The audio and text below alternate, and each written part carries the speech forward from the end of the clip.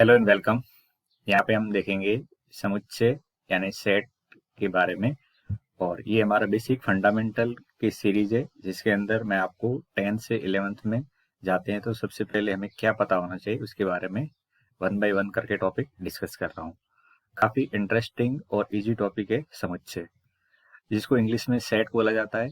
तो बच्चों, ये एक ऐसा वर्ड है जिसको आपने कहीं न कहीं तो सुना होगा। जैसे समुच्चय शब्द का क्या मीनिंग होता है उसको हम अच्छे से अंडरस्टैंड करें तो समुच्चय शब्द को तो नहीं समझते हम, लेकिन सेट शब्द आपको कई बार सुनने को जरूर मिला होगा।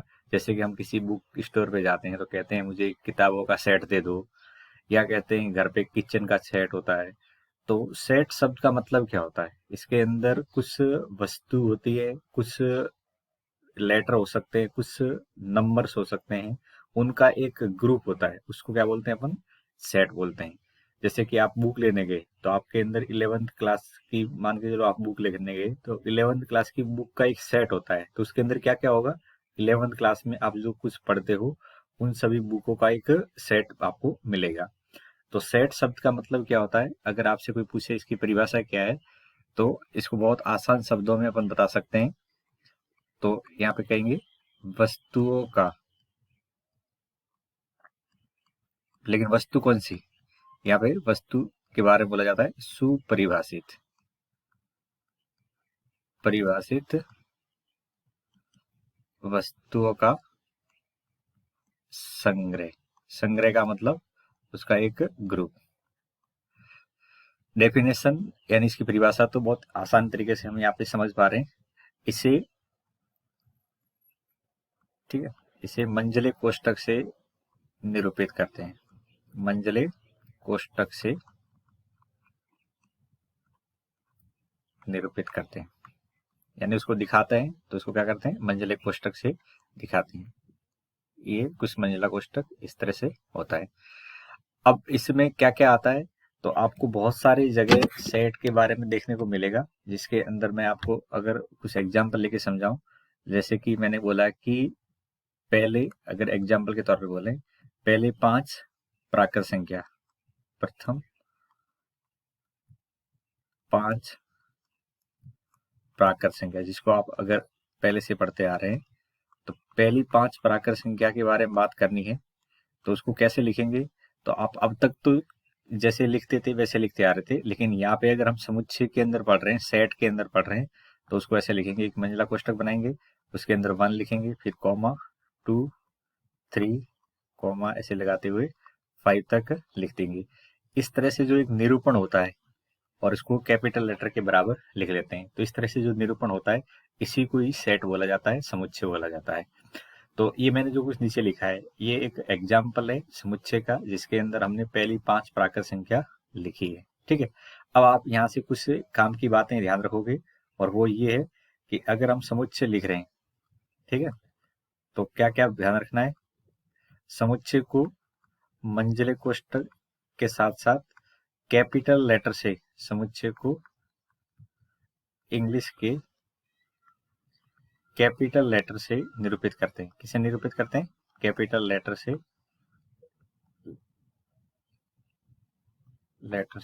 निरूपित करते हैं, यानी इसको दिखाते हैं तो अंग्रेजी का बड़ा अक्षर काम में लेते हैं। ठीक है, अब पहली बात तो ये समझ में आ गई। दूसरी बात ये, समुच्चय के अंदर जो कुछ होता है, जैसे ये 1 2 3 4 5, ये समुच्चय के अवयव कहलाते हैं। क्या कहलाते हैं? समुच्चय के अवयव कहलाते हैं। यहाँ पे छोटी छोटी बातें एक एक करके ध्यान करते जाएंगे। तो समुच्चय के अवयवों को, समुच्चय के अवयवों को कॉमा से पृथक किया जाता है। किससे पृथक करते हैं? कॉमा से पृथक करते हैं, यानी इसके बीच में कॉमा लगाते हैं। ये कॉमा ही बताती है कि इसके अंदर कैसे अवयव लिखेंगे, पृथक करते हैं। अब आपको यहाँ से दो बात पता लग गई है कि समुच्चय को हम जब भी लिखेंगे कैपिटल लेटर काम में लेंगे, जैसे A B C D X Y भी काम में ले सकते हैं, जरूरत के अनुसार लेटर लेते जाते हैं। अगर अवयव है तो उनको कॉमा से पृथक करते हैं, यानी कॉमा के बीच में जो लिखी गई बातें है या लिखी गई जो भी वैल्यू है वो समुच्चय का अवयव कहलाती है। ठीक है। और तीसरी बात ये है कि यहाँ पे किसी भी लेटर की, किसी भी लेटर या अवयव, अच्छी सही बात तो ये है कि अवयव कहेंगे, अवयव की पुनरावृत्ति नहीं करते हैं। क्या नहीं करते? पुनरावृत्ति नहीं करते हैं। यानी आपको लिखना है तो एक ही बार लिखते हैं, ठीक है। अब किसी भी अवयव की पुनरावृत्ति नहीं करेंगे और आपको मंझले कोष्ठक के अंदर लिखना है, कॉमा से उनको पृथक करना है, तो कुछ एग्जाम्पल भी आप यहाँ पे देख लीजिए। एग्जाम्पल लिखता हूँ, ठीक। मान के चलो एग्जाम्पल आपको यहाँ पे मैं समझा रहा हूँ कि वर्ड है हमारे पास में एक स्कूल के अक्षरों को, किसको? के अक्षरों को, अक्षरों का समुच्चय लिखना है हमें। क्या करना है? एक स्कूल शब्द है, इसके अक्षरों का समुच्चय लिखिए। तो इसका हमारा आंसर क्या हो जाएगा? अगर आप देखोगे तो स्कूल शब्द के अंदर आप देखोगे वो 2 बार आ रहा है, लेकिन हम अगर समुच्चय लिख रहे हैं तो जैसे मैंने लिख दिया ए के इक्वल टू, एक मंजिला कोष्ठक लगा दूंगा, इसके अंदर पहले एस लिखेंगे फिर कॉमा लगाएंगे, क्योंकि हमें अक्षरों को अवयव मानना है, ठीक है। फिर सी लिखेंगे, फिर कॉमा, फिर एच, फिर कॉमा ओ, फिर कॉमा एल, फिर कॉमा, ठीक है। इस तरह से इसको लिख लेते हैं, यानी कॉमा लगानी है और किसी भी लेटर को रिपीट नहीं करना है। और एक इंपॉर्टेंट बात यहाँ पे लिख लेता हूँ, यहाँ पे अवयवों का क्रम, क्या? अवयवों का क्रम इंपॉर्टेंट नहीं होता है, क्रम जरूरी नहीं है। यानी ये लेटर आगे पीछे या अक्षर है या कोई नंबर है तो वो आगे पीछे हो सकते हैं, इनकी जरूरत के अनुसार लिख सकते हैं। ऐसा जरूरी नहीं है कि हमेशा एक ही क्रम में लिखें, इनको आगे पीछे लिख सकते हैं। बस इंपॉर्टेंट है मंझले कोष्ठक में लिखना है, कॉमा से पृथक करना है, पुनरावृत्ति नहीं करनी है और उनका ऑर्डर एक जैसा हो ऐसा भी जरूरी नहीं है। तो ये बात है बेसिक समुच्चय के बारे में। उम्मीद है यहाँ तक आपको बातें समझ में आ गई होगी। अब आगे बढ़ते हैं।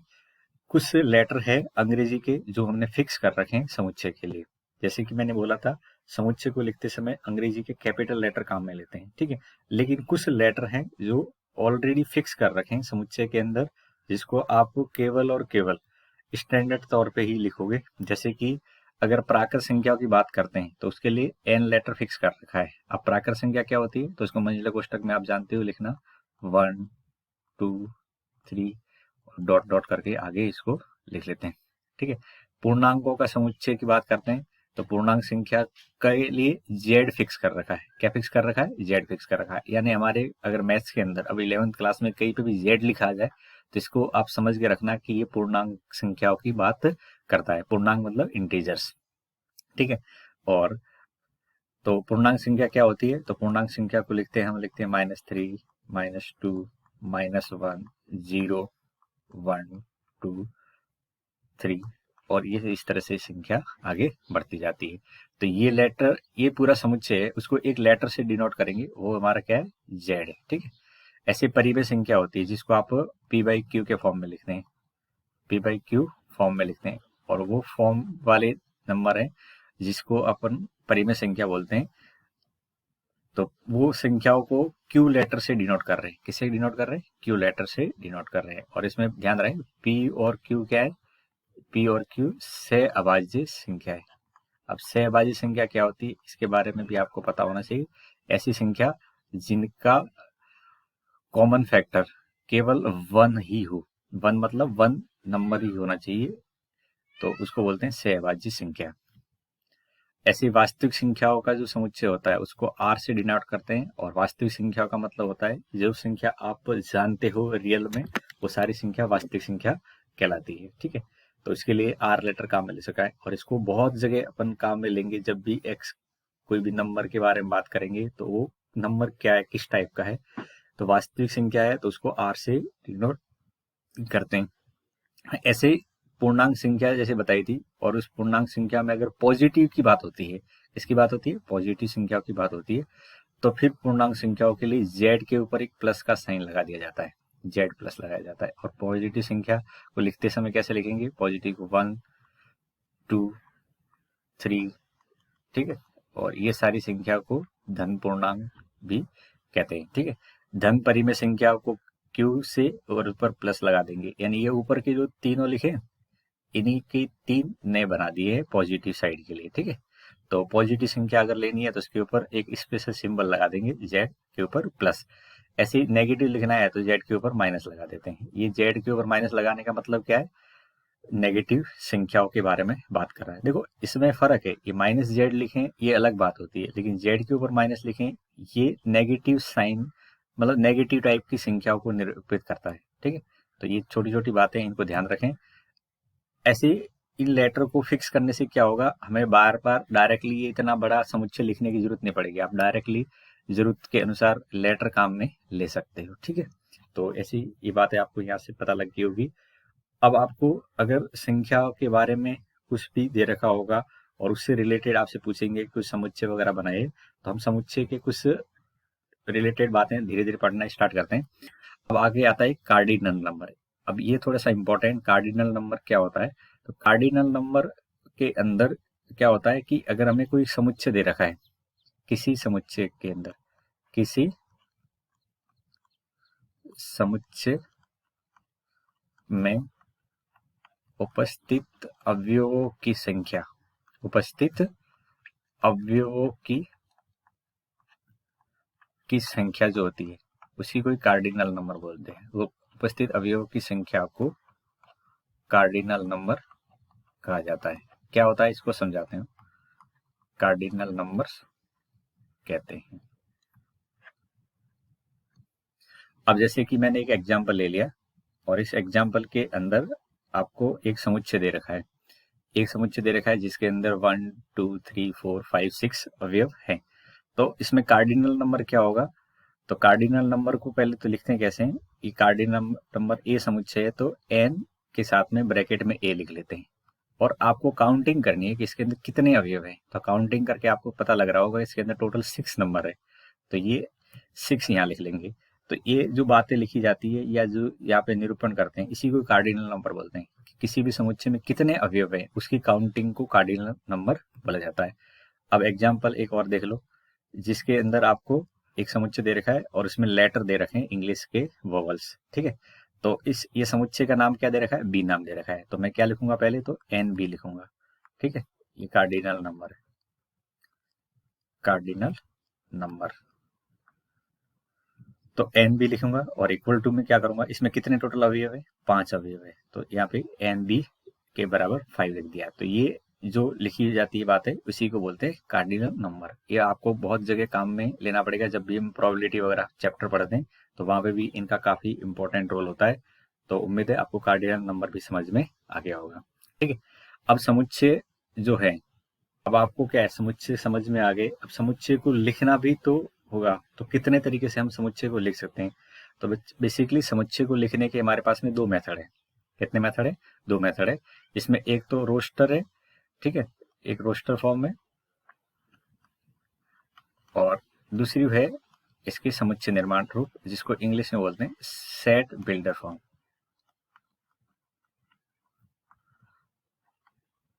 समुच्चय को लिखने के 2 तरीके हैं, रोस्टर फॉर्म और सेट बिल्डर फॉर्म। अब रोस्टर फॉर्म क्या होती है, सेट बिल्डर फॉर्म क्या होती है, उसको मैं आपको एक एग्जांपल से समझाऊंगा तो अच्छे से समझ में आ जाएगा।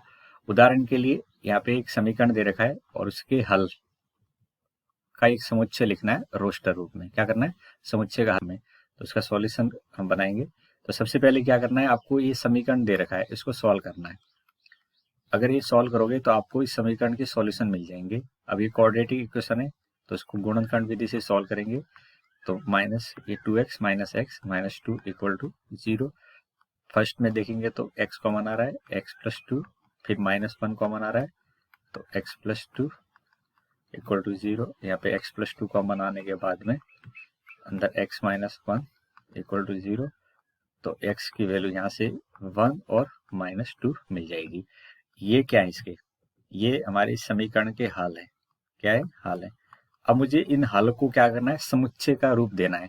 ठीक है, तो हल का समुच्चय का नाम दे देता हूँ अपने ए, और इसके अंदर एक मंझला कोष्ठक लगा देंगे और मंझले कोष्ठक के अंदर -2, 1 इस तरह से लिख लेंगे।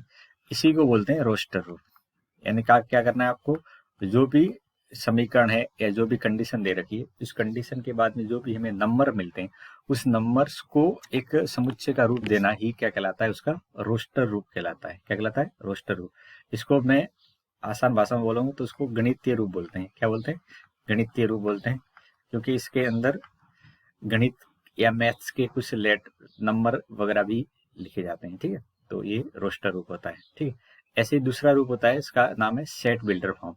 अब सेट बिल्डर फॉर्म के अंदर क्या होता है, सेट बिल्डर फॉर्म के अंदर ये जो बात लिखी गई है उसको थोड़ा सा लैंग्वेज का फॉर्म दे देते हैं। क्या देते हैं? लैंग्वेज का फॉर्म देके फिर लिखते हैं, तो उसको बोलते हैं यहाँ पे समुच्चय निर्माण रूप। तो रोस्टर रूप के अंदर तो केवल मैथमेटिकली इसके अंदर डिजिट है या कुछ नंबर हैं तो उनको लिखते हैं, और समुच्चय निर्माण रूप जिसको सेट बिल्डर फॉर्म कहेंगे तो उसके अंदर आपको क्या करना है, कुछ भाषा या लैंग्वेज के फॉर्म में दी गई बात को लिखना है। तो देखिए एक एग्जाम्पल है और इस एग्जाम्पल को समुच्चय निर्माण रूप में लिखना है।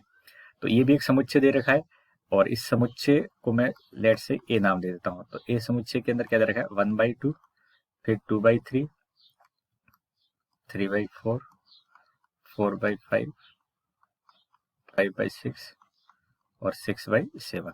लेट से मैंने नाम दे दिया, इस समुच्चय का ए नाम दे दिया। ठीक है, अब आपको क्या करना है, इसको एक समुच्चय निर्माण रूप देना है। तो पहले तो इस समुच्चय के अंदर जो अवयव हैं इनको अच्छे से ऑब्जर्व करिए और फिर कुछ फॉर्मूला बनाने की कोशिश करिए।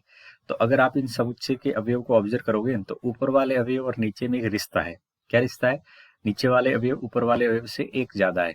ठीक है, तो आप इन सभी अवयव का एक नाम दे सकते हो। ठीक है, कैसे नाम दे सकते हैं?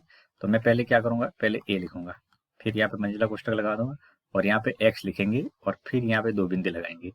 अब ये लिखा है एक्स और ये जो लिखा है दो बिंदु, उसको बोलते हैं जहां। क्या बोलते हैं? जहां। एक्स जहां एक्स बराबर क्या है, अब ये जो नंबर जितने लिखे हैं इनका एक फॉर्मूला बनाते हैं। तो मैं पहले लिखता हूँ एन और नीचे लिख लेता हूँ n+1। कैसे लिखा है ये? क्योंकि ये ऊपर वाली संख्या और नीचे वाली संख्या में क्या है, नीचे वाली संख्या ऊपर वाली संख्या से एक ज्यादा है। तो ऊपर n है तो नीचे क्या होगा, n+1। अब बताओ ये n क्या है? n एक प्राकृत संख्या है। n क्या है? एक प्राकृत संख्या है। n एक प्राकृत संख्या है और n प्राकृत संख्या है, लेकिन सारी प्राकृत संख्या तो नहीं, कुछ विशेष प्राकृत संख्या है। कहाँ तक है? 1 से लेके 6 तक है। तो मैं यहाँ पे साइड में लिखूंगा n की वैल्यू 6 से लेके 1 तक है या 1 से लेके 6 तक है, और इसको एक मंजिले कोष्ठक में बंद कर देंगे। अब ये जो कुछ लिखा गया है इसी को बोलते हैं समुच्चय निर्माण रूप। इस रूप के अंदर हमने क्या लिखा है, आपको जो कुछ ऊपर लिखा था, देखो ये तो रोस्टर रूप था। ये कौन सा रूप था? ये रोस्टर रूप था। अब हमने लिखा है कौन सा? समुच्चय निर्माण रूप लिखा है। अब समुच्चय निर्माण रूप के अंदर आपको हमेशा ध्यान क्या रखना है कि आप लिखते समय कुछ लैंग्वेज का फॉर्मेट है उसको फॉलो करोगे। एक्स और ये दो बिंदु जरूर लगाओगे, उसको क्या पढ़ेंगे, एक्स जहां एक्स एक n/n+1 के रूप में है और जिसमें n प्राकृत संख्या है और वो 1 से लेके 6 के बीच में है। ठीक है, तो ये कुछ लैंग्वेज फॉर्म है, उसी को बोलते हैं समुच्चय निर्माण रूप। तो उम्मीद है आप समझ गए होंगे। एक एग्जाम्पल और लेते हैं और फिर इसको आप बनाते हैं। तो मान के चलो मैंने आपको दे दिया समुच्चय ए बराबर दे दिया 1, 4, 9, 16, 25 और ऐसे करके लास्ट में दे दिया 100। अब इसको मुझे लिखना है समुच्चय निर्माण के रूप में। तो देखिए ये जो संख्या दिख रही है ये आपको कहीं न कहीं ऐसा लग रहा होगा कि स्क्वायर फॉर्म में। किस फॉर्म में? स्क्वायर फॉर्म में। तो मैं इसका समुच्चय निर्माण कैसे लिखूंगा? तो आप यहाँ पे थोड़ा सा वीडियो को रोकिए और खुद ट्राई करिए कि इसको समुच्चय निर्माण कैसे लिखेंगे। बाकी मैं तो लिख रहा हूँ। तो यहाँ पे नीचे लिखेंगे समुच्चय निर्माण रूप। ठीक है, अब यहाँ पे ए के इक्वल टू लिख लेंगे, मंजिला कोष्ठक लगा देंगे, एक्स लिखेंगे, फिर दो बिंदु लगा दें एक्स जहाँ एक्स बराबर। अब बताओ ये संख्या क्या है, स्क्वायर के फॉर्म में, तो एक्स बराबर एन स्क्वायर लिख लेंगे। अब एन क्या है? जहां एन प्राकृत संख्या है। एन क्या है? प्राकृत संख्या है। और कहां तक प्राकृत संख्या है ये? एन की वैल्यू 10 ज्यादा है और स्टार्टिंग 1 से हो रही है, तो 1 से लेके 10 तक है। तो ये हमारा जो रूप आ गया ये समुच्चय निर्माण रूप आ गया इस गिवन सेट का। तो उम्मीद है आपको समुच्चय निर्माण रूप भी अच्छे से समझ में आ गया होगा। अब आगे कुछ समुच्चय के टाइप्स पढ़ लेते हैं। ठीक है, समुच्चय के प्रकार।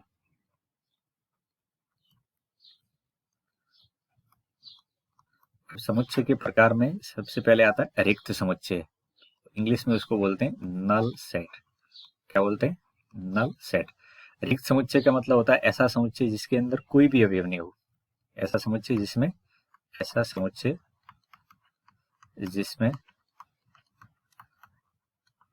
कोई भी अवयव न हो। ऐसा समुच्चय जिसमें कोई भी अवयव नहीं हो तो उसको बोलते हैं रिक्त समुच्चय। अब रिक्त समुच्चय है तो उसको आपको डिनोट करना है, तो इसका भी एक स्पेशल सिंबल बनाया रखा है, इसे ये फाई। इंग्लिश में इसको फाई बोलते हैं, हिंदी में भी फाई बोलते हैं और इंग्लिश में फाई से दर्शाते हैं।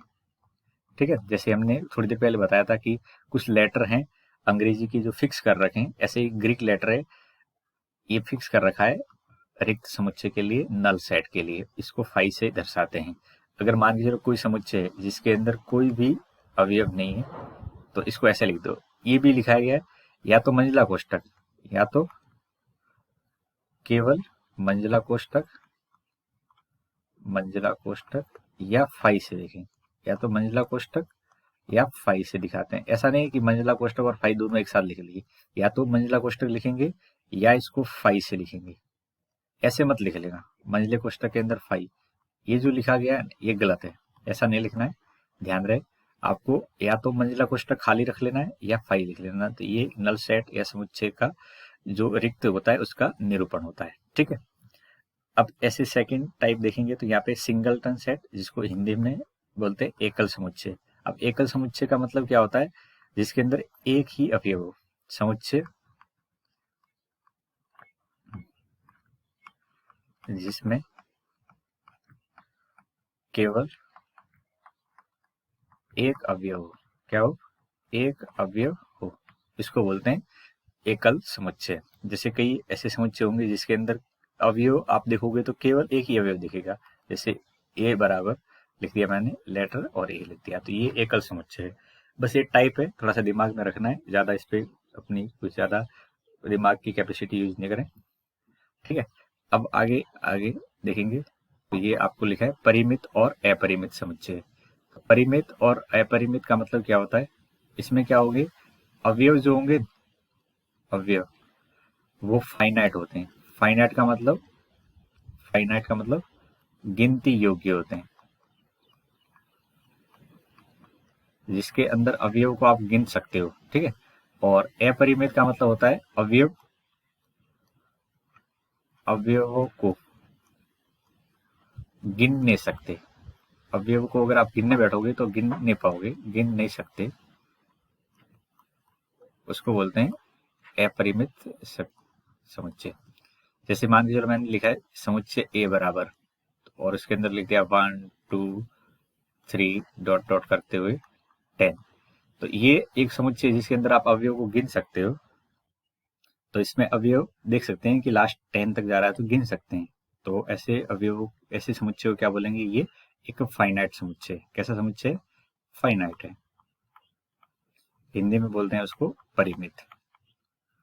और अगर कोई समुच्चय के अंदर ऐसा लिखा गया है जिसके अंदर आप 1 2 3 से लेते हुए लास्ट तक पता नहीं है कहां तक गया है, तो डॉट डॉट करके छोड़ दोगे, तो अब अपरिमित या इनफाइनाइट सेट को लिखने का तरीका क्या होता है? स्टार्टिंग तो लेटर दिखा देते हैं या नंबर दिखा देते हैं, लेकिन आखिरी में डॉट डॉट करके छोड़ देते हैं।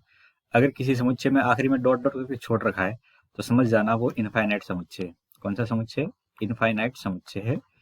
और अगर आखिरी में कुछ नंबर या लेटर लिखा हुआ है तो वो समझ जाना फाइनाइट समुच्चय है। तो दो टाइप है, समझ गए होंगे। अब आगे देखते हैं समान समुच्चय। समान समुच्चय का मतलब क्या होता है? ऐसे दो समुच्चय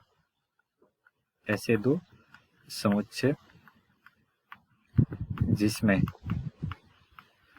अवयव समान व एक जैसे हो। कैसे हो? एक जैसे हो। ऐसे दो समुच्चय जिसके अंदर अवयव समान भी होने चाहिए और एक जैसे होने चाहिए। जैसे कि मैंने लिखा है ए बराबर, ठीक है, यहाँ पे लिखा है ए बी सी और डी, ठीक है, और ऐसे बी लिख दिया। इसके अंदर भी देखेंगे तो मान के चलो, ठीक है, मैंने बी डी ए और सी। अब देखो दोनों समुच्चय के अंदर आप अंदर के लेटर देखोगे या अवयव देखोगे तो दोनों एक जैसे हैं। दोनों कैसे हैं? एक जैसे हैं। तो आप समझ सकते हो कि दोनों समुच्चय क्या है, ये समान है, भले दोनों में ऑर्डर एक जैसा नहीं है। तो समान समुच्चय का मतलब होता है ऐसे दो सेट जिसके अंदर अवयव एक जैसे हो, भले उनका क्रम सही नहीं है लेकिन काउंटिंग भी बराबर होनी चाहिए और दिखने में एक जैसे होते हैं। कई बार क्या होता है किसी एक लेटर की पुनरावृत्ति कर रखी होगी तो वो भी इसमें शामिल हो जाएगा, क्योंकि जनरली सेट समुच्चय के अंदर लेटर की पुनरावृत्ति नहीं करते हैं किसी भी अवयव की, लेकिन अगर कर रखी है इसका मतलब समझ जाना कि उसमें वो भी एक ही बार काउंट होगा या कंसिडर किया जाएगा, ठीक है। अच्छा, यहाँ पे एक चीज और थोड़ी सी स्टार्टिंग में समझा देता हूँ जो कि आपको पता होनी चाहिए। वो ये है कि अगर हम समुच्चय को लिखते हैं तो समुच्चय के अवयव को क्या करना है, अवयव को इससे दिखाते हैं, अवयव दर्शाते हैं, अवयव को इस वाले साइन से दर्शाते हैं। ये जो साइन होता है ये ग्रीक लेटर का साइन है, इसको बोलते हैं एप्साइलॉन, एप्साइलॉन। लेकिन हम जनरली इसको बोलते हैं बिलोंग टू। क्या बोलते हैं? Belongs to. अगर कोई अवयव किसी समुच्चय का है तो उसको बोलेंगे ये इसका बिलोंग्स टू है। जैसे कि इस ये समुच्चय को देखिए आप, ठीक है, और इसमें ये बिलोंग टू शब्द या बिलोंग टू का साइन कब लगाते हैं, तो मैं क्या कहूंगा, ये एस लेटर है, ये एस लेटर किसका है, ए समुच्चय का है या नहीं।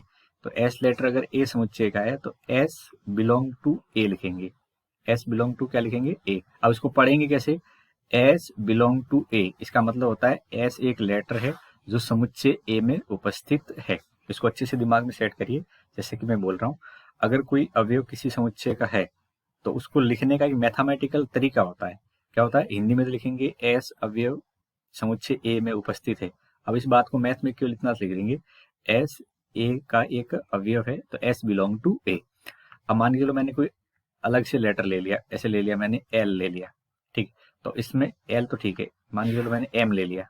अब बताओ एम ए में है क्या, इस समुच्चय के लिए एम ए में तो नहीं है, तो इसमें बिलोंग टू के ऊपर क्रॉस लगा देंगे और M belong not belong to A लिखेंगे। तो अगर कोई अवयव ए का है तो बिलोंग टू लगाते हैं और नहीं है तो नॉट बिलोंग टू लगाएंगे। इतनी बात समझ में आ गई, बिलोंग टू और नॉट बिलोंग टू का मीनिंग क्या होता है, ठीक है। अब आपको आगे समझाता हूं मैं कि अब उप समुच्चय क्या होता है उसको समझते हैं। यदि किसी समुच्चय ए का प्रत्येक अवयव समुच्चय, अभी हमें समझना क्या है उप समुच्चय, जिसको बोलते हैं सबसेट। तो सबसेट का मतलब क्या होता है, यदि समुच्चय ए का प्रत्येक अवयव समुच्चय बी में उपस्थित है तो ए बी का उप समुच्चय कहलाता है। अब जैसे कि आप आसपास सुनते भी हो, जैसे कुछ पोस्ट होती है जिसके अंदर एक मेन पोस्ट होती है, एक उसका सब पोस्ट होती है, जिसको उप लगाते हैं साथ में, जैसे प्रधानमंत्री, उप प्रधानमंत्री, राष्ट्रपति, उपराष्ट्रपति और मंत्री, उप मंत्री, ऐसे कुछ पोस्ट के अंदर तो उप समुच्चय भी होता है। तो समुच्चय का एक छोटा सा हिस्सा होता है, वो इसका क्या कहलाता है, उप समुच्चय कहलाता है। तो इसमें परिभाषा बहुत ही सीधी और स्ट्रेट फॉरवर्ड है। यदि ए का प्रत्येक अवयव समुच्चय बी का भी अवयव है तो ये इसका उप समुच्चय कहलाता है। और इससे ए उप समुच्चय बी से निरूपित करते हैं। ये जो मैंने साइन बनाया ये वाला, ये सबसेट का साइन है। सबसेट का मतलब हिंदी में उप समुच्चय का साइन है, से दर्शाते हैं।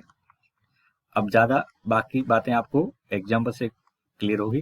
जैसे मान के मैंने आपको दो समुच्चय दे दिए, ए के अंदर लिख लिया 1 2 3, एग्जाम्पल बहुत सारे ले सकते हैं, और बी के अंदर लिख लिया मैंने 1 2 3 4 5 6 7, ठीक है। अब आपके सामने दो समुच्चय लिखे हुए हैं। अब इन दोनों समुच्चय को आप देखिए तो आप क्या कहोगे कौन किसका उपसमुच्चय है। तो अब यहाँ पे अगर देखेंगे तो ए का प्रत्येक अवयव, देखो ए के अंदर 1 2 3 है और इधर भी 1 2 3 उपस्थित है। तो ए का प्रत्येक अवयव बी में उपस्थित है, बी में उपस्थित है। तो बी, तो ए बी का सबसेट है। क्या है? ए बी का सबसेट है। तो बस इसको सिंपली ऐसा लिखेंगे, ए ये सबसेट का साइन होता है और बी, आपको लिखने में लग रहा होगा सी जैसा, लेकिन ये साइन किसका है? उपसमुच्चय, यानी इंग्लिश में सबसेट का साइन है। तो ए उपसमुच्चय बी। ठीक है, तो ये बात क्लियर हो गई होगी सबसेट का मतलब क्या होता है। अगर नहीं है तो क्या करना है आपको? जैसे कि बिलोंग टू था और नहीं था, उसके ऊपर क्रॉस लगा दिया। अगर नहीं है तो ऐसा कर देना है, अगर नहीं है तो ऐसा करना है तो ये वाला साइन, नहीं है तो ऐसा आएगा। इसको क्या पढ़ेंगे?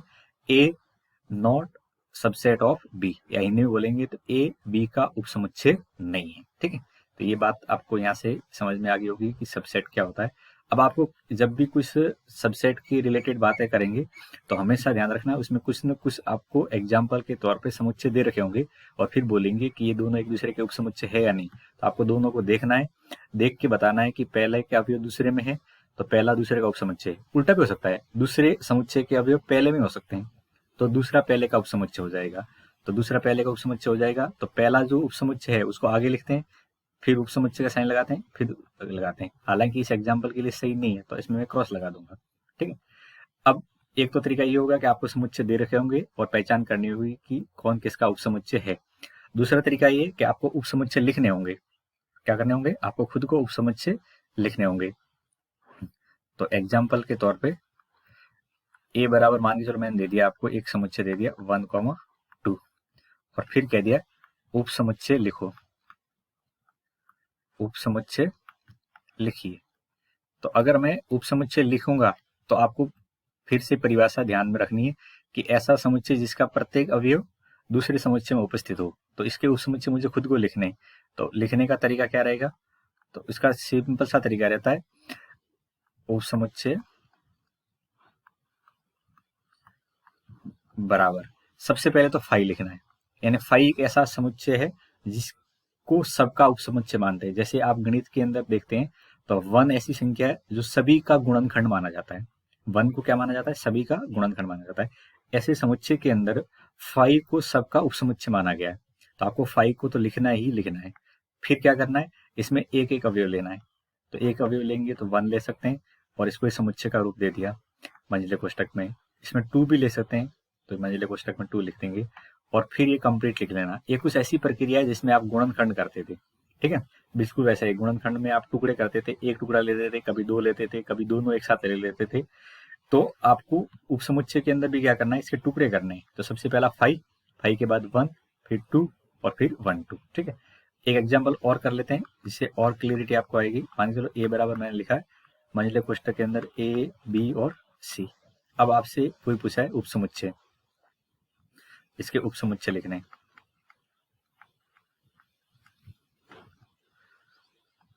अब उपसमुच्चय लिखने हैं तो क्या करेंगे? पहले उपसमुच्चय को लिखते समय 5 को सबसे पहले लिखेंगे। उपसमुच्चय लिखते समय क्या करेंगे? 5 को सबसे पहले लिखेंगे। तो सबसे पहले तो 5 लिख दिया। अब देखिए यहाँ पे अवयव कौन से हैं? ए बी और सी है, तो पहले एक एक अवयव लेना है आपको। तो एक अवयव लेंगे तो ए भी ले सकते हैं, बी भी ले सकते हैं और सी भी ले सकते हैं। एक एक पूरे हुए। अब दो दो ले लीजिए, ए कॉमा बी भी ले सकते हैं, फिर बी कॉमा सी भी ले सकते हैं, ए कॉमा सी भी ले सकते हैं, सी कॉमा ए भी आप लिख सकते हो। और दो दो के पूरे हो जाए तो आप 3 3 ले सकते हैं। तो 3 तो एक ही बार बनेंगे। ठीक है, तो ये इस तरह से आप उपसमुच्चय लिखोगे। टोटल उपसमुच्चय कितने आए इसमें? देखो इसमें तो टोटल उपसमुच्चय आए 4 और यहाँ पे देखेंगे तो उपसमुच्चय कितने, गिनो के देख लो 8 है। टोटल उपसमुच्चय कितने? 8 है। तो ध्यान रखना उपसमुच्चय कैसे लिखते हैं ये समझ में आ गया। तो आपको ये भी पता होना चाहिए कि उपसमुच्चय की संख्या कितनी होती है। ठीक है, अब मैं इस बात को यहाँ पे नोट करके लिख लेता हूँ। यदि किसी समुच्चय में n अवयव है, कितने अवयव है? n अवयव है, तो कुल उपसमुच्चय बराबर 2 की पावर n होंगे। कितने होंगे? 2 की पावर n होंगे। ध्यान रखना इस बात का, अगर किसी समुच्चय में n अवयव है तो वहां पे टोटल उपसमुच्चय कितने होंगे? 2 की पावर n। देख लो यहाँ पे इस समुच्चय में अवयव कितने, जैसे कार्डिनल नंबर बताए थे। कार्डिनल नंबर का मतलब ये होता है अवयवों की संख्या। तो यहाँ पे अवयव कितने? 2 अवयव है, 1 और 2, 2 है। तो टोटल उपसमुच्चय कितने बनेंगे? 2 की पावर 2 यानी 4, जो कि हमने यहाँ पे प्रैक्टिकली लिख भी रखे हैं। इसमें कितने अवयव हैं? 3। तो 3 अवयव हैं, तो टोटल उपसमुच्चय कितने होने चाहिए? 2 की पावर n एंड 2 की पावर 3, तो 8, जो कि यहाँ पे आपको लिखे हुए दिख भी रहे होंगे, 8 उपसमुच्चय होंगे। तो ये तरीके से आप अगर केवल काउंटिंग ही पता करनी है तो काउंटिंग पता कर सकते हैं। उपसमुच्चयों की संख्या 2 की पावर n होती है, जिसमें n अवयवों की संख्या है जिसके आप उपसमुच्चय लिख रहे हो। ऐसा नहीं हवा में उपसमुच्चय लिख सकते हो। अगर उपसमुच्चय लिखने हैं तो आपको शुरू में कहीं एक समुच्चय दे रखा होगा, उसी के उपसमुच्चय आप लिखोगे। ठीक है। अब उपसमुच्चय के आधार पर एक होता है घात समुच्चय। तो घात समुच्चय का मतलब क्या होता है? जितने किसी समुच्चय के उपसमुच्चय बनते हैं उनका एक समुच्चय बना दिया जाए। किसी समुच्चय ए के उप समुच्चयों का संग्रह क्या कहलाता है? घात समुच्चय कहलाता है। इसको पी ए से दिखाते हैं। बस एक टाइप है, ज्यादा इसके क्वेश्चन होते नहीं है। तो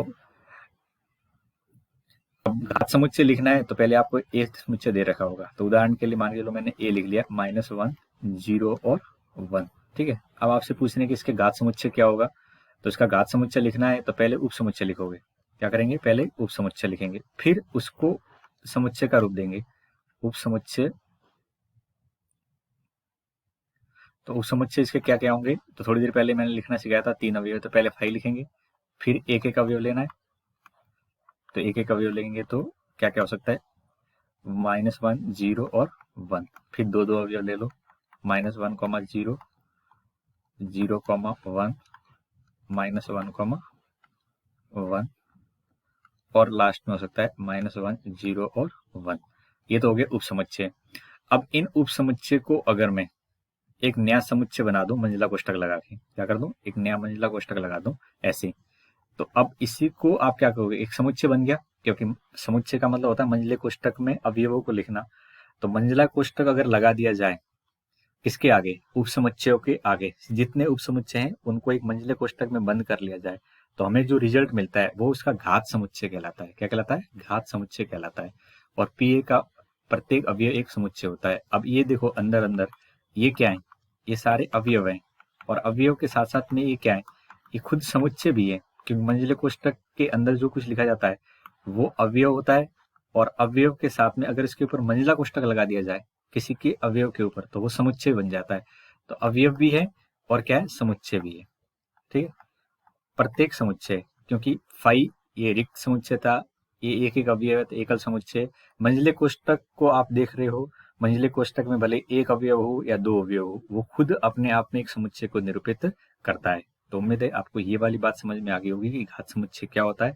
घात समुच्चय का मतलब होता है सिंपली उप समुच्चय का एक संग्रह। ठीक है। अब आपको कोई पूछे कि घात समुच्चय में टोटल अवयव कितने होते हैं, पी ए में अवयव कितने होंगे, पी ए में अवयव कितने होंगे, तो पी ए में अवयव कितने होंगे? जितने उप समुच्चय होंगे। कितने होंगे? उप समुच्चयों के बराबर। और उप समुच्चय कितने होते हैं? 2 की पावर n होते हैं। कितने होते हैं बच्चों? उप समुच्चयों की संख्या होती है 2 की पावर n।